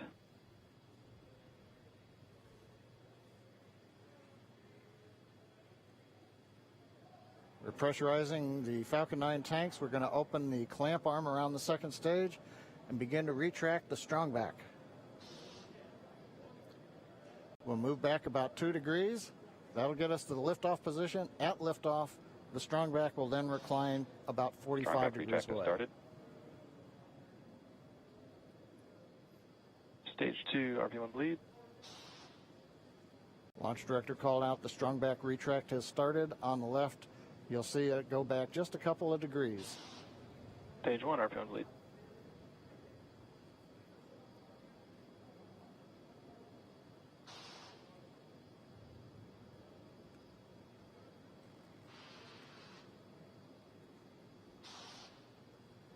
We are just 4 minutes away from liftoff.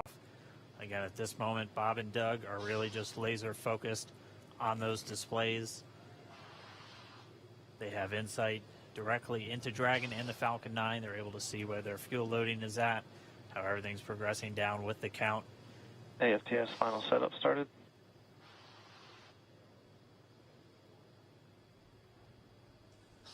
Three and a half minutes from launch. And the strongback is now reclining away from the Falcon 9.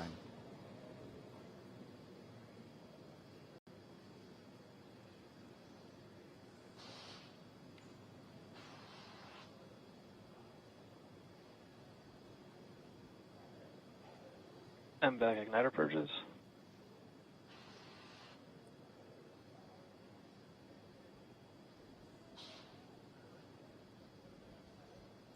Go bleed. Dragon has transitioned to terminal count and is on internal power. Stage 1, LOX load close out. Okay, we're at T-minus 2 minutes, 42 seconds. Stage 1 LOX load is closed out. Stage 2 will continue to load for about another half a minute or so.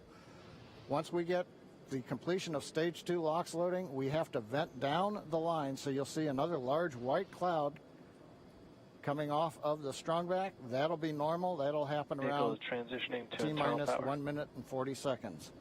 We're going on internal power now. Just a few seconds away from the Stage 2 LOX load being complete. It's been almost 9 years since we've been in this position. A lot of work done by thousands of people to get to this point. All our eyes focused on 2 now.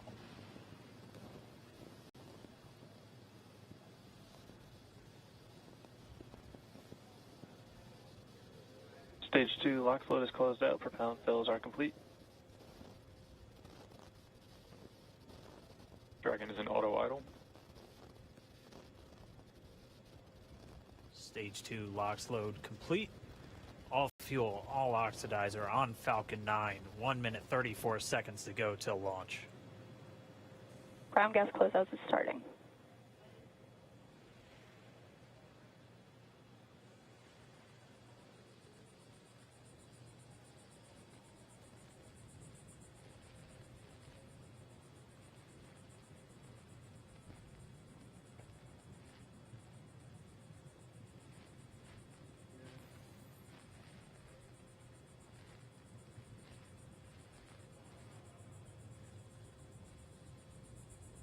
Falcon 9 is in startup.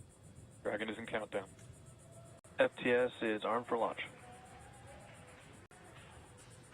Under a minute now, the FTS, the flight termination system, has been armed.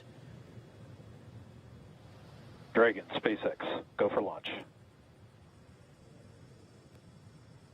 SpaceX Dragon, we're go for launch. Let's light this candle.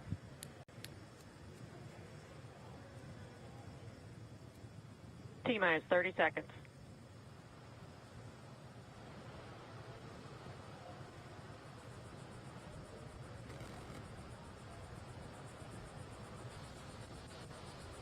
Stage 1 tanks pressing for flight. T-minus 15 seconds. 10, 9, 8, 7, 6, 5, 4, 3, 2, 1, 0. Ignition. Liftoff of the Falcon 9 and Crew Dragon. Go NASA, go SpaceX, Godspeed, Bob and Doug. America has launched. And so rises a new era of American spaceflight, and with it the ambitions of a new generation continuing the dream. 20 seconds into flight, Stage 1 propulsion is nominal.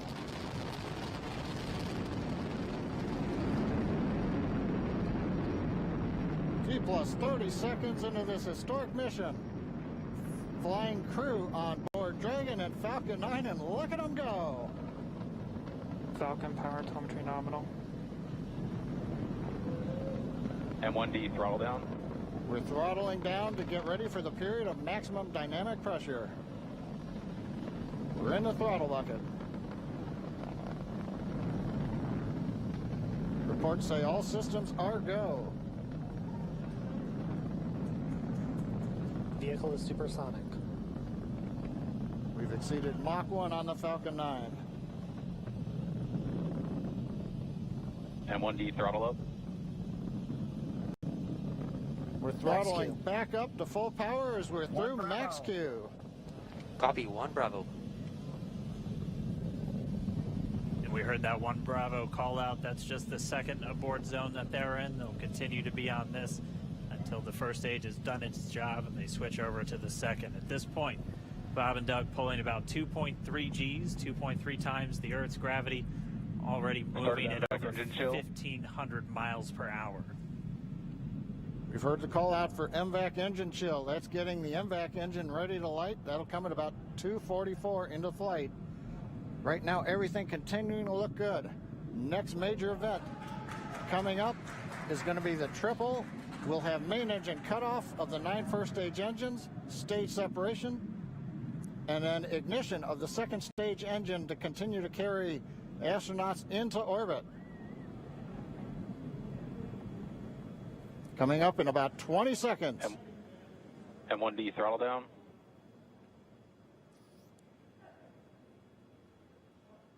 We heard we're throttling down the Merlin engines on the first stage.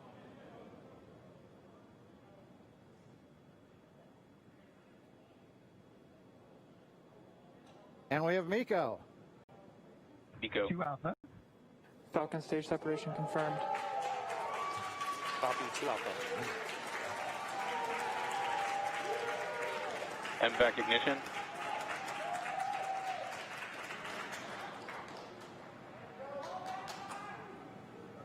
All right, we have stage separation confirmed. The first stage beginning its flight back. The second stage being powered by that single Merlin 1D vacuum engine has ignited and is now carrying Bob and Doug into orbit.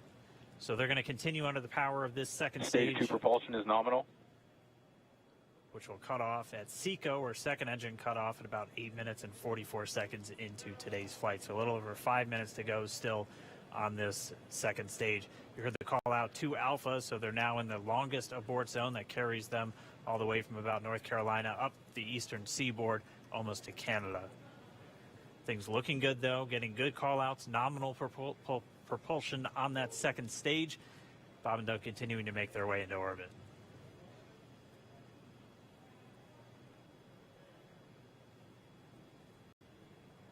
Dragon SpaceX nominal trajectory. Acquisition of signal in Bermuda. SpaceX Dragon nominal trajectory. All right, here in nominal trajectory, so Dragon pointed in the right direction, continuing to make their flight uphill. Heard acquisition of signal Bermuda. That's one of the other ground stations that they're using to get telemetry and data back from this spacecraft. Stage 2 propulsion is still nominal.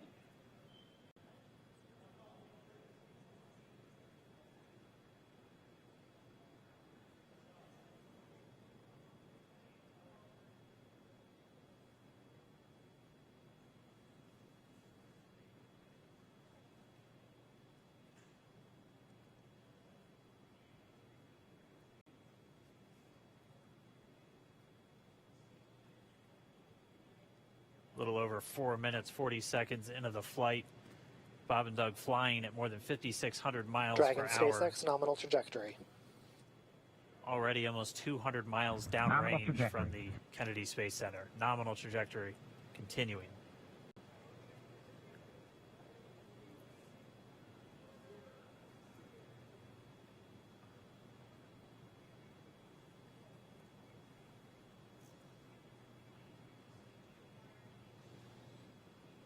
And while they continue uphill, looks like we are getting a view of the first stage as well. Up on your right screen, you can see that first stage with the grid fins deployed. It's making its way back to attempt to land on our drone ship, Of Course, I Still Love You Today. And we're just about a couple minutes away from the entry burn, and that's where 3 of the 9 Merlin engines do ignite to help slow the vehicle down as it re-enters back into the Earth's atmosphere. And then after the entry burn will be the landing burn, which is just a single engine Dragon burn. SpaceX nominal trajectory. And you heard Nominal Starting trajectory. chill for entry burn. there's that call out. They are still on a nominal trajectory on Dragon, still on second stage, and that's that MVAC engine on second stage on your left screen.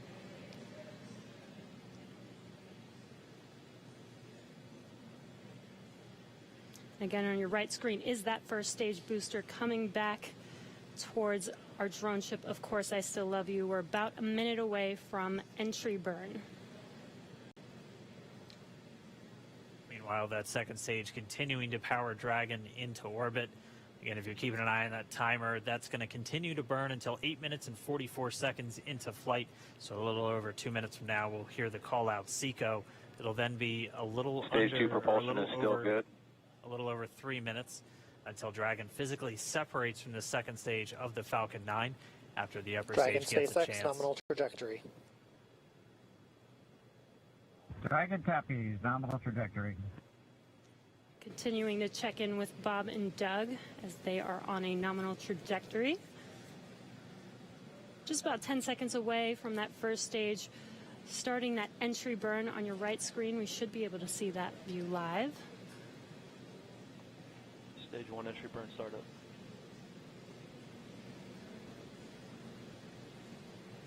And there is that entry burn beginning. This burn lasts about 36 seconds long. Stage 2 FTS is saved.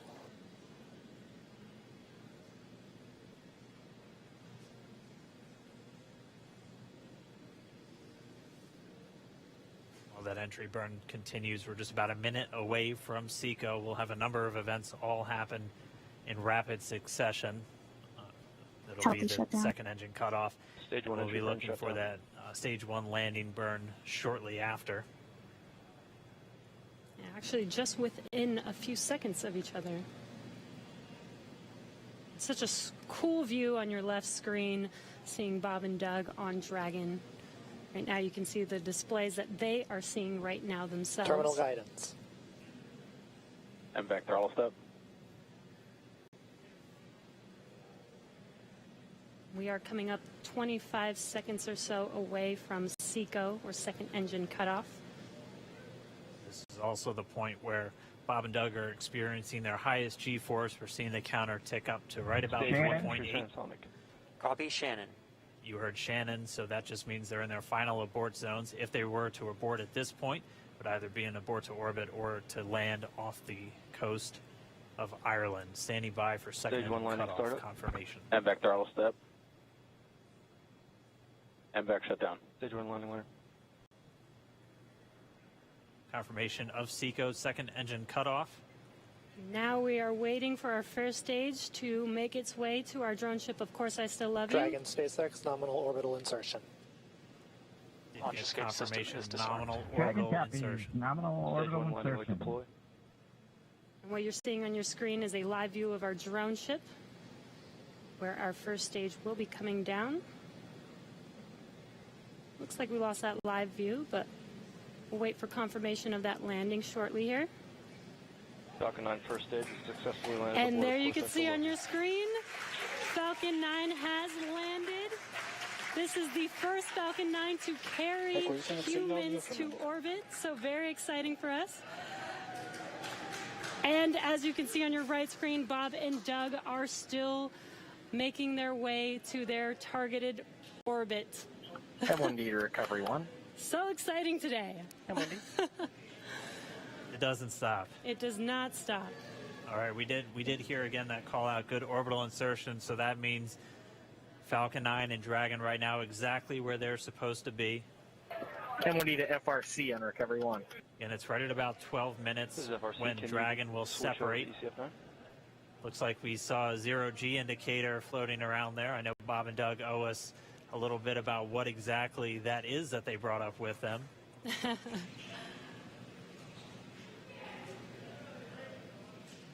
And before separation, before Dragon initiates separation from the second stage, they do make sure to they do ensure that the vehicle is not spinning and it is in good condition before we separate. That's right. The upper stage does small attitude maneuver using some cold gas thrusters built into the rocket body itself.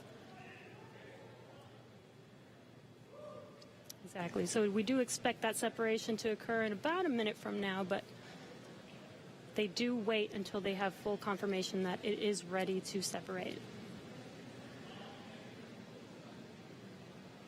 Such cool views. I cannot get over this view that we are seeing right now. Bob and Doug on the right screen inside of Crew Dragon out in space.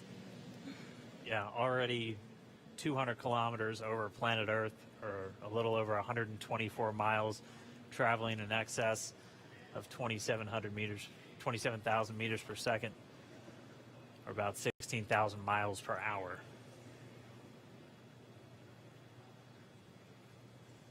So again, we're just standing by. That separation event should be coming up shortly.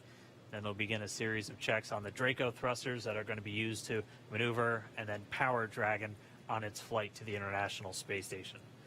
Standing by for separation. Expected loss of signal, wallows. It sounds like we had an expected LOS, loss of signal, with one of the ground stations. Waiting for confirmation now of that. Dragon separation confirmed. Dragon separation confirmed. There is a great view right in front of you of Dragon separating. Separation confirmed. And there's that call out. Dragon is now officially making its way to the International Space Station today. Dragon SpaceX with that separation call. We have a few words for you from our Falcon 9 team. Standing by. Dragon, Chief Engineer on Dragon to Ground. Bob Doug, on behalf of the entire launch team, thanks for flying with Falcon 9 today. We hope you enjoyed the ride and wish you a great mission. Thanks, Bala. Congratulations to you and the F9 team for the first human ride for Falcon 9, and it was incredible. Appreciate all the hard work, and thanks for the great ride to space. Copy all. Good luck. Proud of you guys and the rest of the team. Thank you so much for what you've done for us today, putting America back into low Earth orbit from the Florida coast. Copy all. Good luck. Godspeed.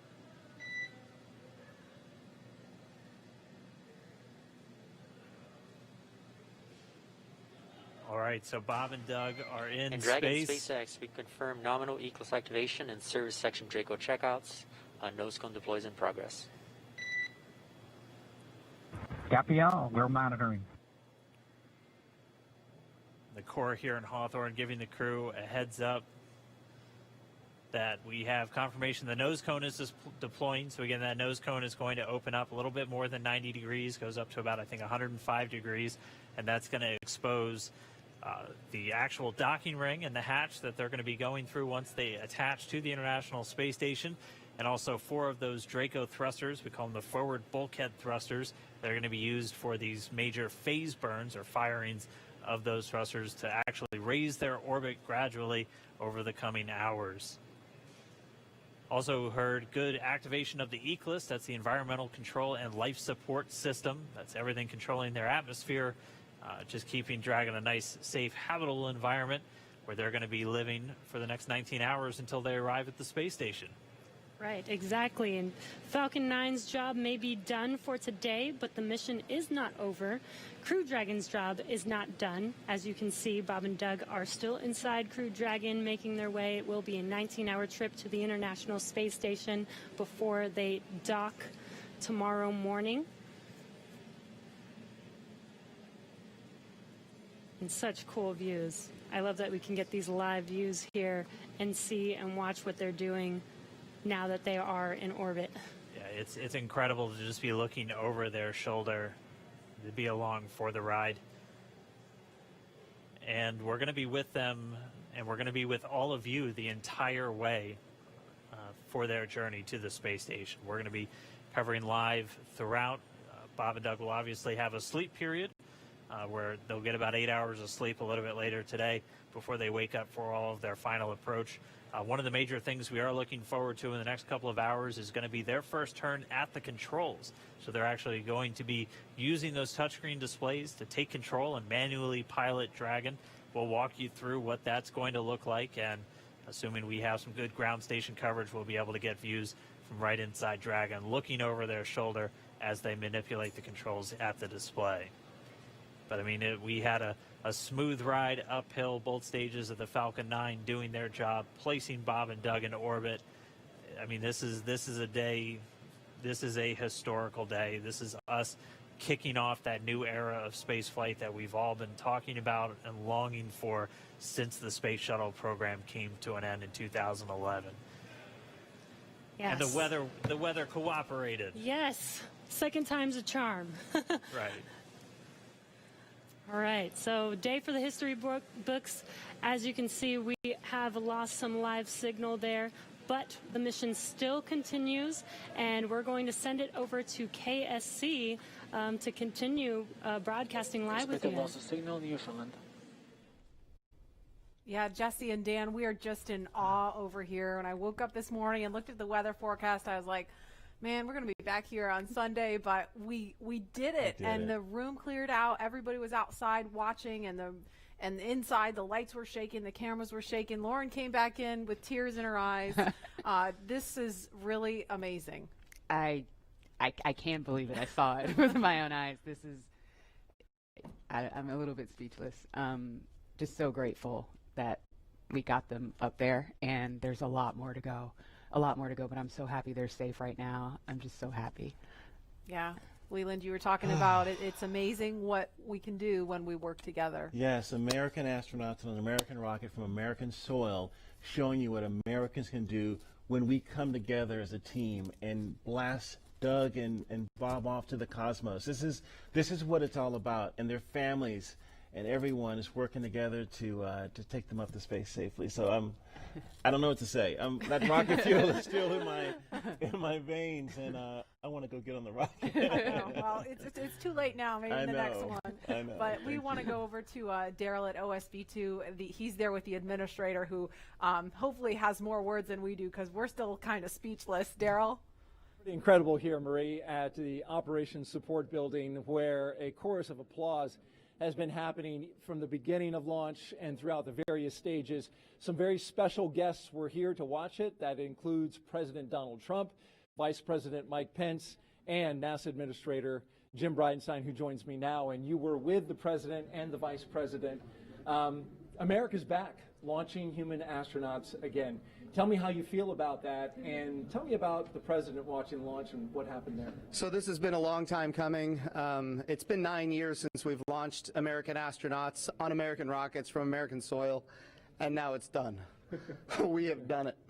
It's been way too long. I want to give a lot of credit to Charlie Bolden. He was my predecessor as the NASA administrator. He fought hard for this program at a time when it didn't get any support in Congress. We now have an administration that is fully supportive of our spaceflight initiatives, not just on the exploration, discovery, going to the moon, onto Mars, but also from a Space Force perspective. Our budgets are going up, things are strong, and today was just just an amazing day. You know, one of the things the President did right out of the gate when he became President is he created what's called the National Space Council. And he put the Vice President as chairman of the National Space Council. And on that National Space Council, you've got the Secretary of Defense and the Secretary of State and the Secretary of Commerce, the Secretary of Transportation, the Secretary of Education, the chairman of the Joint Chiefs, all of these different amazing individuals that deal with space day in and day out. A lot of people don't realize how many parts of the federal government deal with space. And the Vice President invited those members of the National Space Council here as well. So we just had, and then we had members of Congress, bipartisan members of Congress, Republicans and Democrats, who have been involved in supporting this program, you know, for a long time now. So I'll just tell you, I'm breathing a sigh of relief. But I will also tell you, I am not going to celebrate until Bob and Doug are home safely. Tomorrow, they're going to dock to the International Space Station. Tonight, I'm heading to Houston to be at the Johnson Space Center when that happens. So it's a bit of a relief. The nose cone is now open. It's now deployed, which means that now we're going to go into some burns. We're going to have some phasing burns. We're going to have some boosting burns, and we're going to get as much as we can in alignment with the International Space Station as early as possible here. But also, I know it's hard, but the big thing that we need to do now is we got to get Bob and Doug, who have now gone through this exercise twice. They need to get some rest. But I can guarantee you there will be no rest for a good amount of time while they're up there in orbit. And they are certainly on their way, and a lot of people joining us for this entire celebration and watching it. We just heard 10 million people watching live as this launch happened, and President Donald Trump becoming the third sitting president to watch a launch live from the Kennedy Space Center. To be clear, I think he's the only sitting president to watch American astronauts launch on a brand new rocket that has never launched before, and that's a big risk. He also said we're going to go to the moon by 2024. That means he's putting himself at risk to say, look, I'm going to be accountable, potentially, I'm going to be accountable to the initiatives that I put forward. And I think we have not had that kind of leadership for space in a very, very long time, and we're so grateful for it. What was it like watching the launch with the president? How did he react? Oh, I'll tell you, it's obviously something that is near and dear to him. He said it a year and a half ago. He put it in the State of the Union speech. He said, we're going to launch American astronauts on American rockets from American soil. And of course, I was like, in my head, I'm thinking, we better get after this. Of course, we've worked overtime to make it happen. We might be a little behind schedule, but we got it done, and we got it done safely. We're knocking on wood, but so far so good. It's looking good. You personally, Jim, as that rocket was lifting off and you felt that rumble? Yeah. What'd you feel? What'd you experience? Well, I was praying. I'm not going to lie to you. I was praying. I was praying for Bob and Doug. I was praying for their families. I was praying for their safe return, even though they're just going. But man, I'll tell you, it was, I've heard that rumble before, but it's a whole different feeling when you've got your own team on that rocket, and they are our team. They are America's team. This is Launch America. This is everything that America has to offer in its purest form. And times are tough right now. There is no doubt. We've got the coronavirus pandemic. We have other challenges as a country. But I hope this moment in time is an opportunity for everybody to reflect on humanity and what we can do when we work together, when we strive, and when we achieve.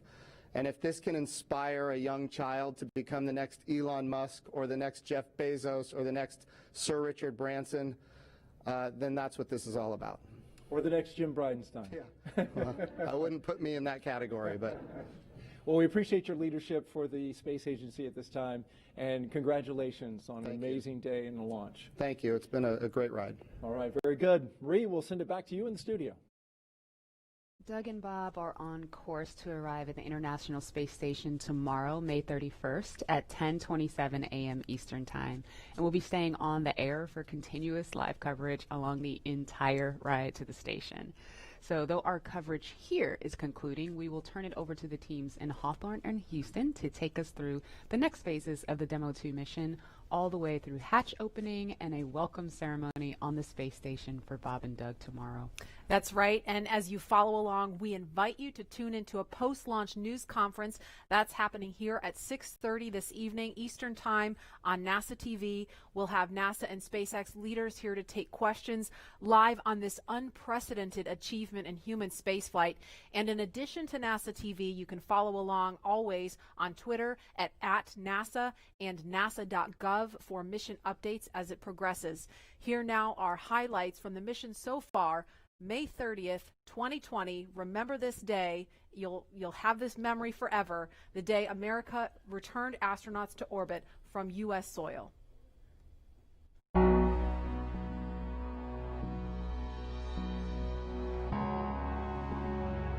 Wow, we're making history again. Let's go.